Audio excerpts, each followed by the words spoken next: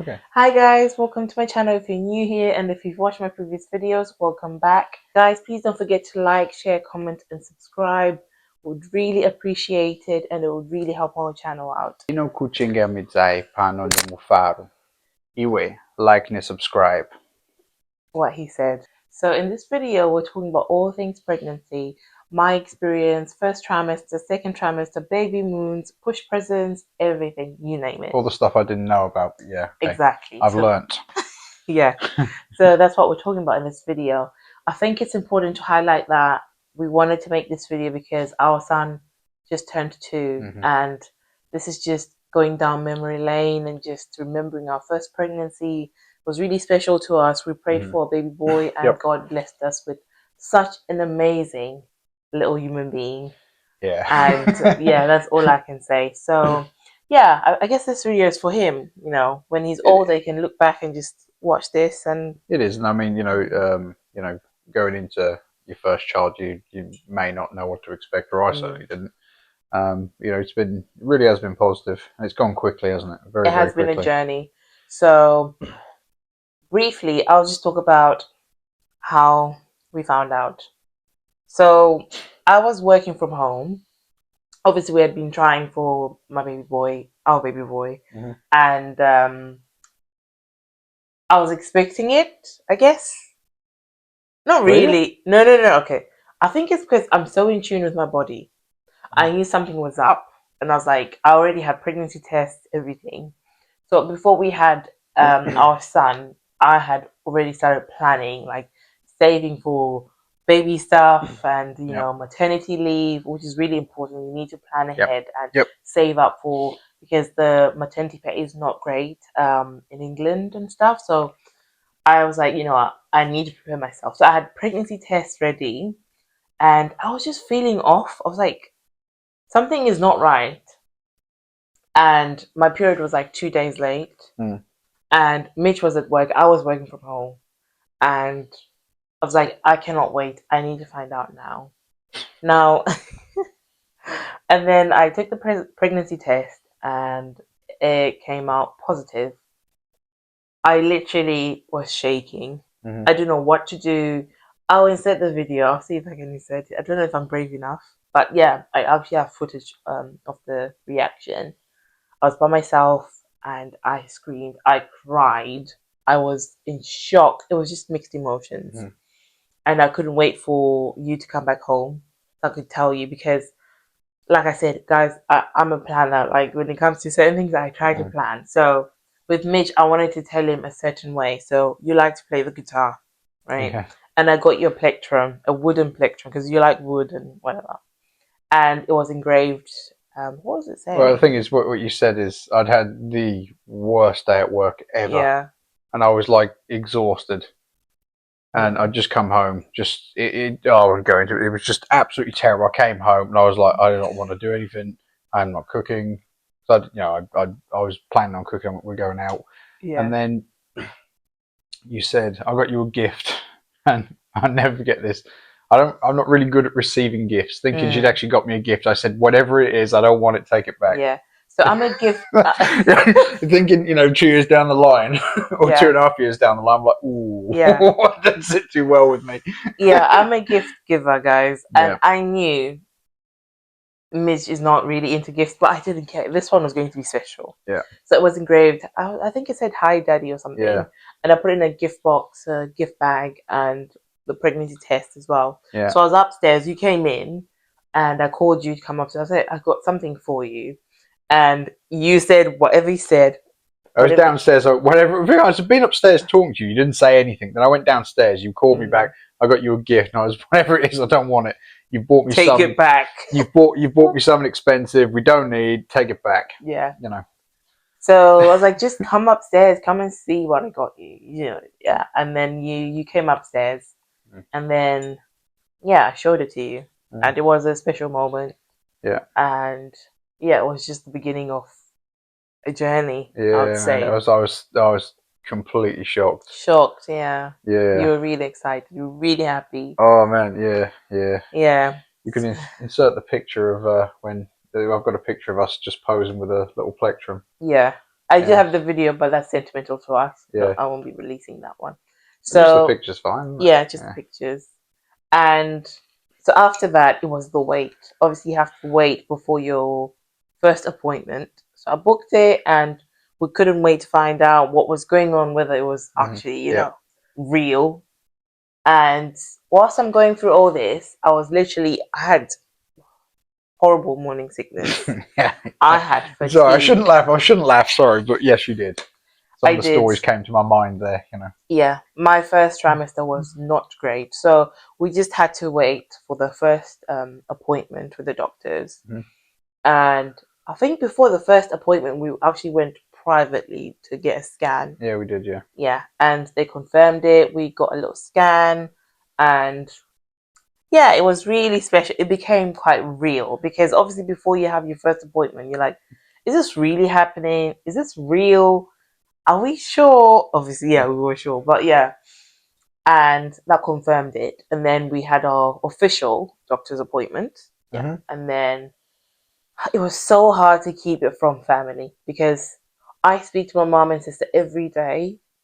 And that was quite hard you know, even me, we've got family in a range of locations all the way around the world, haven't we? So that was that had its logistical challenges, but thankfully, you know, in the age of WhatsApp and so forth, it does make things a bit easier. Yeah, FaceTime, WhatsApp, you call it.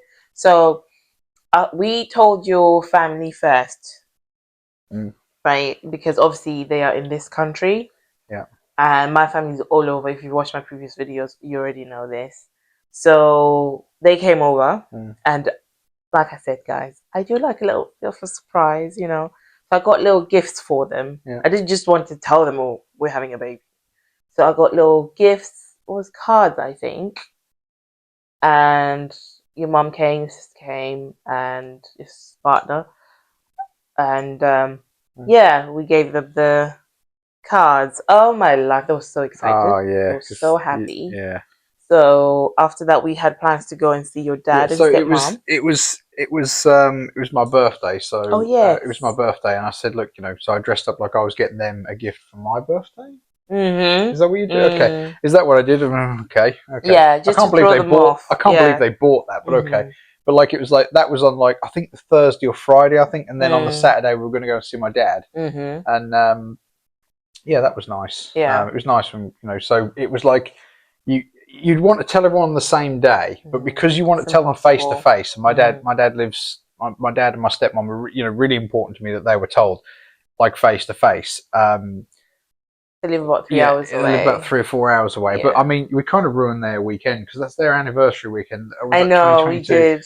They would have been, oh, you know, they'd been married. I think it was 96, August 96. Yeah. So, yeah, by that point it would have been 26 years. So they were going to the match, you know, the Molyneux to celebrate, and we told them that, and they decided not to go.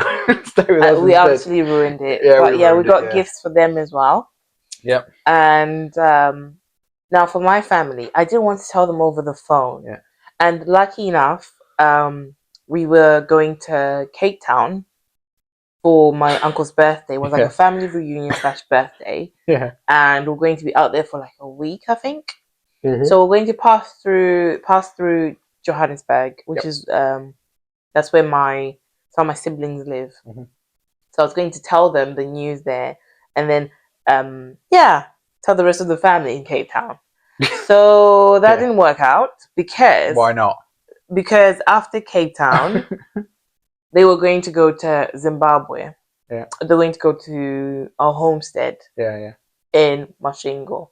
So homestead is where my family originally comes from. We have like a nice house, and it's like a get-together location now because people live far and wide, you know. Yeah, so we had to go there. Yeah, that's where my grandparents are buried and stuff like that. So we had to. People were going to end up going there, but we didn't go because, guys, like I said, my first trimester was not great at all.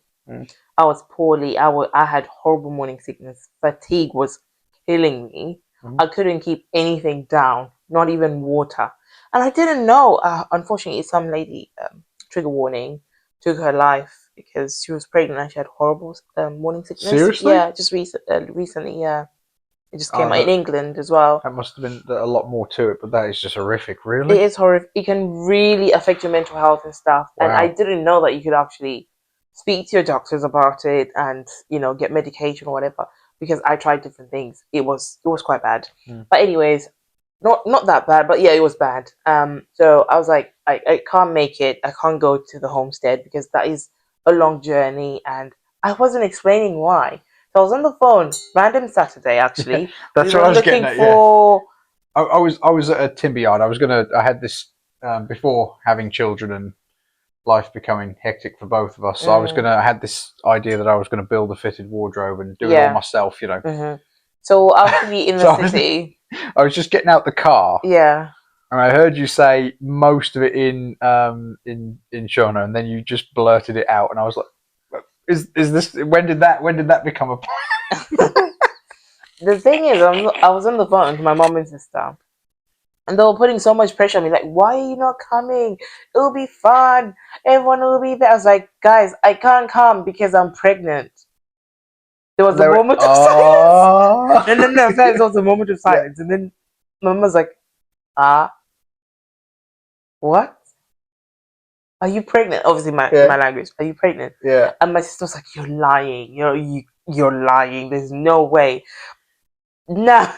Your mum went, I suspected. Yeah, I suspected something was wrong. I remember your mum saying that, and I was like, I suspected something was wrong. And then my sister was annoyed because I didn't tell her. I couldn't tell you. It would have ruined the surprise. I genuinely wanted to tell them in person. The second they saw you, it was darned obvious. I mean, you had to hide it from my mum, and we didn't see my dad for the first couple of months, so they wouldn't. I think we did, but they didn't see us where you were showing, so that was fine. That's fine. Whereas my mum used to come around here every week, and you were hiding underneath a blanket. You know what I mean? Yeah. And my skin was just changing. Yeah, it wasn't great. Pregnancy, I get that most women enjoy being pregnant, but for me, obviously, it's a blessing. I didn't have a great pregnancy, if I'm being vulnerable. The middle trimester was alright, wasn't it? Middle trimester, which is second trimester, was okay for 2 weeks. That's the only time when I could, where I was able to sleep the entire night, not have morning sickness and stuff. Yeah, for 2 weeks, and lucky enough, that's when we had our baby moon. That's right. Yeah, so we went to Cape Verde, and that was lovely. It was lovely, yeah. Lovely getaway. Celebrated our little bundle of joy before, he came and stuff. So, how long were we there for? A week? Yeah. It was good. It was nice. Lovely. It was a different type of holiday because obviously there's no alcohol. Not that I drink much, just like a little cocktail. I just want to say, to all the men out there, if you're on a baby moon, right, and your wife can't drink, you shouldn't drink as well. Now, I definitely did because it didn't apply to me, but most, you might not, because you're a reasonable person, but, I did. Guys, I remember one afternoon, not even night, one afternoon, I had to carry you to our room because you were so drunk. That is a lie. That is a lie. You were so drunk. Jeez. But you know the day I'm talking about. It's just a few beers and something. I was not drunk. You were drunk. Nah, behave. Yeah. No. You were drunk. Anyways, moving on. So, we come back from... Guys, I will tell you this, Before I fell pregnant, I wanted everything. On the baby moon, push present, baby shower, the works, yeah. What do you call it? The photo shoot, everything. I wanted it all. Did I have it? I did not have a baby shower because I did not want to socialize. I don't think it was that. I think it was just like you I don't say you had a difficult pregnancy, but like it was difficult at times, like feeling sick a lot and just not sleeping as well. That's the thing you haven't touched on. That's the thing I didn't realise, that like when women have babies, they just don't sleep properly. Yeah, which for you is a real big problem. Yeah, because your body's preparing you for the sleepless nights when the baby is here. But for me, I really struggled. Even just like my physical changes, it was a lot. It's my first pregnancy, and I'm speaking to women out there. They might understand more. Even some men out there. It's not easy just going through all the changes, the stretch marks, and for me it was quite difficult. My skin went really, really bad. I had spots everywhere. I had hyperpigmentation. I was swollen. My nose was I dare you. I dare you to insert a picture. Okay, I might do. I'll think about it. But Your uncle's 50. If that was that's what you're talking when you're talking about that. That's what you're talking about, isn't it? That no, stage. no, I've got another one. I think my third trimester where I literally was sat on that sofa crying. I was like, I've had enough. I can't.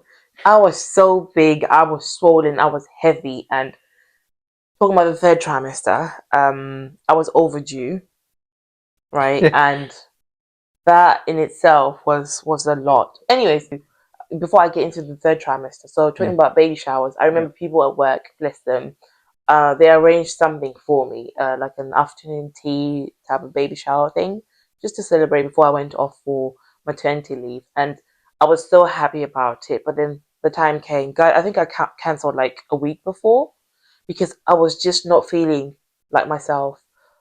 It took a toll on me. I think it was a lot for me mentally, emotionally, physically, because obviously you can't sleep, you can't eat properly, and the cravings would come. But could I keep the food down? No.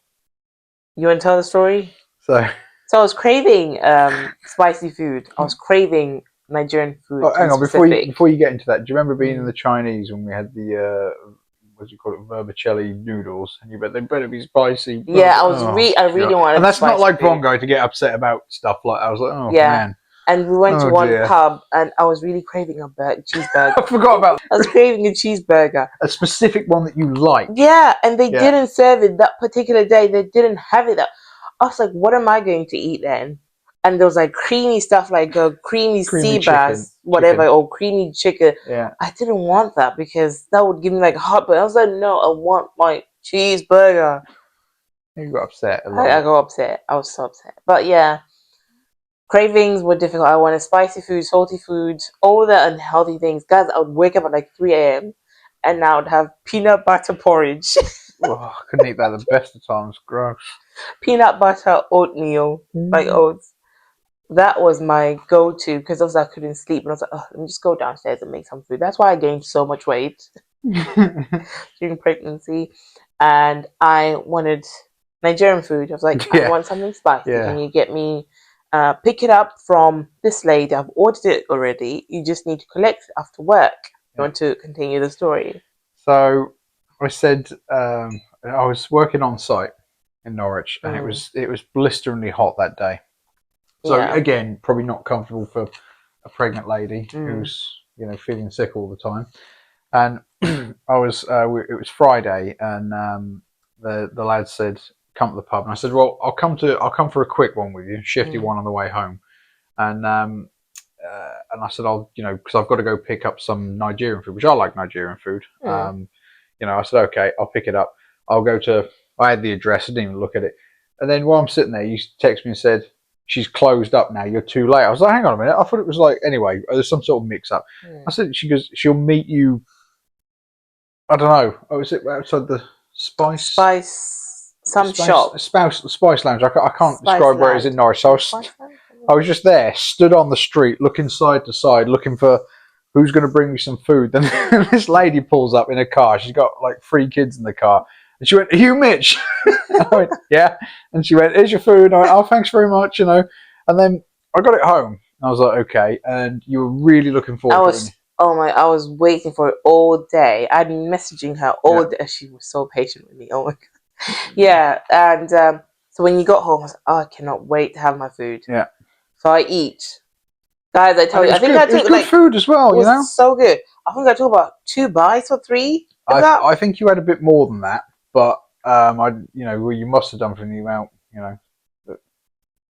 threw up almost immediately. I was like, wow, that was a waste of money and time. It was probably like just a little bit. I didn't finish it all. Like it was, I think like 2 minutes into eating, I couldn't keep it down. It was bad as well. It was so bad. It came out, and that put me off. I think it was egusi soup and pounded yam.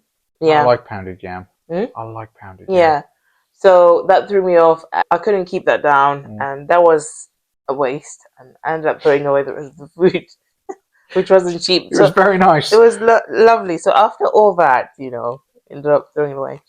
And then baby showers. I didn't want a baby shower. I didn't want to socialize with people.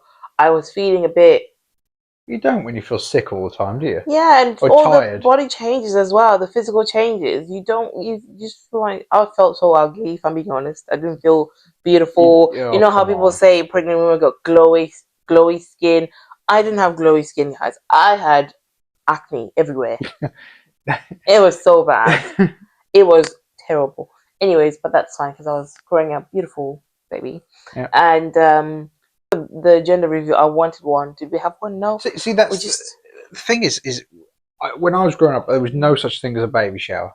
Mhm. I don't think it's like certainly where I'm from. I don't remember anyone ever talking about all gender reveals. Mm. It feels quite American to me. Well, it's not in the But UK, definitely. yeah, it It's is. Yeah, become a bit it is. popular now. But yeah, And anyways, do what you want, yeah, do whether what it's you want. Yeah, American, yeah. I'm just African, who saying. cares? When I was growing up, people didn't do that, and I became aware of it like Yeah. later on. Hmm. So that was that, and then now all things birth plan. I did have a birth plan, Hmm. but obviously I had to keep an open mind Yep. because obviously things don't always go as planned, which is exactly what happened in my birth. Yeah. It didn't end up going as planned. But anyways, I had a birth plan, and one thing I would say, even though I wasn't feeling great physically and whatever, I was motivated to educate myself before birth because Hmm. obviously, if you live in the UK, I'm sure you know the stats, or even in the US, the stats are quite high that Black women are more likely to die during pregnancy or during birth. So one thing I told myself even before I fell Hmm. pregnant was I would educate myself, I would advocate for myself, I would speak up and join, different classes, hypnobirthing classes, antenatal classes, because one thing about us, we don't have the luxury not to educate ourselves. You Mm. can't just leave your life into someone else's hands. You need to take control, you need to take charge. We don't have that kind of luxury. So I Okay. did make sure to educate myself. Antenatal classes, I would join different ones and sometimes just make the sacrifice, pay that money, join classes, learn different things, buy Hmm. books, which is what I did. I would, every night before I went to sleep, I would read up on different things, different terms that you can use, or different symptoms. And every time I had an appointment, or even before my appointments, I would write down every single thing I felt so that I wouldn't forget when my appointment came. Just to find out, is this normal? This is what's happening. And I always had that phone number. I can't remember what you Yeah, yeah. call, to So make sure if anything was urgent, what I was ready to call. I wasn't playing. And that's one thing that I would share to my other women out there. Wherever you're from, it doesn't matter. We need to educate ourselves because gone are the days where you just leave your life or your baby's life into someone else's hands. Even though they're professionals, I get that, but you also need to do your part, do your share, and go in there knowing what exactly is going on. Be in tune with your body. You need to know what's going on. So that's one thing I would say. I think obviously the birth partner role. I mean, for me, Mm. I was acutely aware of what Bongo just said. Mhm. I think I was acutely aware. Just I would have to advocate for her, Mhm. and do it in a very polite sense if it came to it. Yeah. Bearing in mind, you know, originally, you weren't going to have natural birth. You were going to have other things. No, I had to really educate myself on Mhm. what happens, what are the likely problems. If she's Mhm. in pain, Mhm. what do I say? What do I do? Yeah. So I wouldn't say I was, um,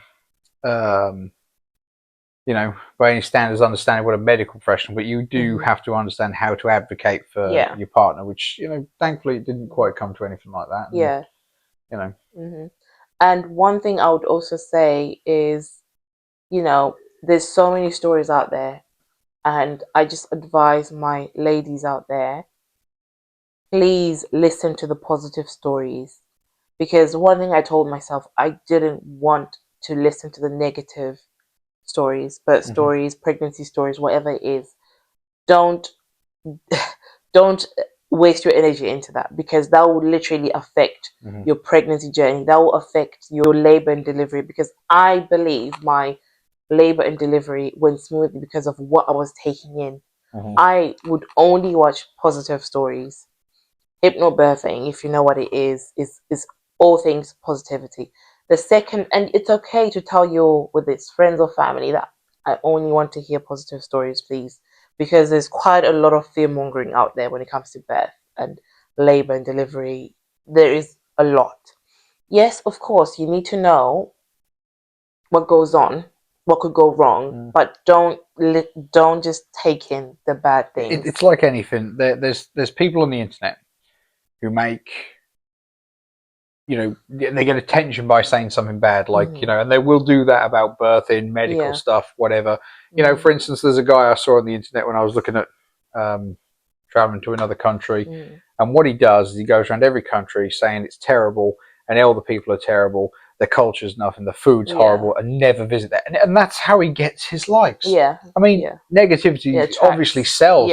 Like, you know, he just goes around trashing other countries, which is absolutely despicable. So, so I think just taking the positive stories, listen to other women's positive stories.